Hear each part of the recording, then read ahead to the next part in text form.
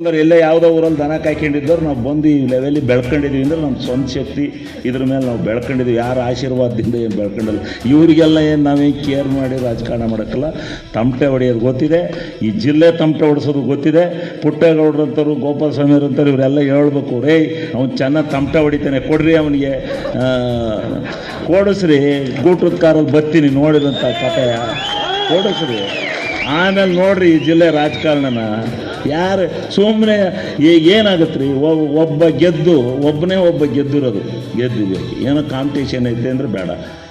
ಅಂಥ ಪ್ರಬಲ ದೇವೇಗೌಡರ ಕುಮಾರಸ್ವಾಮಿಯವರ ವಿರುದ್ಧ ಶರಣದು ಬಂದು ಈಚೆ ಕಡೆಗೆ ಬಂದ್ರಪ್ಪ. ನನ್ನ ಹತ್ರಲ್ಲೂ ಬಂದು ಭಾಷಣ ಮಾಡಿದ್ರು ಗಣೇಶನ್ ಪೋಸ್ಟಲ್ಲಿ. ಸೋಲ್ಸಿ ಅಂದರು. ಏನಾಯ್ತು ಸೋಲ್ಸಿದ ಜನ ಸೋಲ್ಸಿ ಮುಖ ನೋಡ್ಬೇಕು ನಾವು ಸೋತದ್ದು ಬನ್ನ ಅಂತ ಹೇಳಿ ಸೋಲ್ಸಿ ಅಂದರು. ಆತ ವೀಲ್ ಚೇರ್ ತಗೊಂಡು ಊರೂರಿಗೆ ಹೋದರು.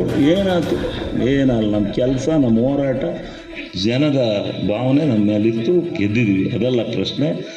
ನೀವು ಈಗೆಲ್ಲ ಈ ಜಿಲ್ಲೆನಲ್ಲಿ ಈ ಕೈಮಚಿಕೆ ವ್ಯವಹಾರದನ್ನೆಲ್ಲ ಬಿಟ್ಟು ನೀವೆಲ್ಲ ಒಂದಾಗಿ ಈ ಜಿಲ್ಲೆನಲ್ಲಿ ಮೊದಲು ಪಕ್ಷ ಕಟ್ಟಿ ಈ ಸಮಾವೇಶ ಇಂಥವೆಲ್ಲ ಸಾವಿರಾರು ಮಾಡೋಣ. ಏನು ಬೇಕಾದ್ರೂ ಈ ಜಿಲ್ಲೆನಲ್ಲಿ ತರೋಣ.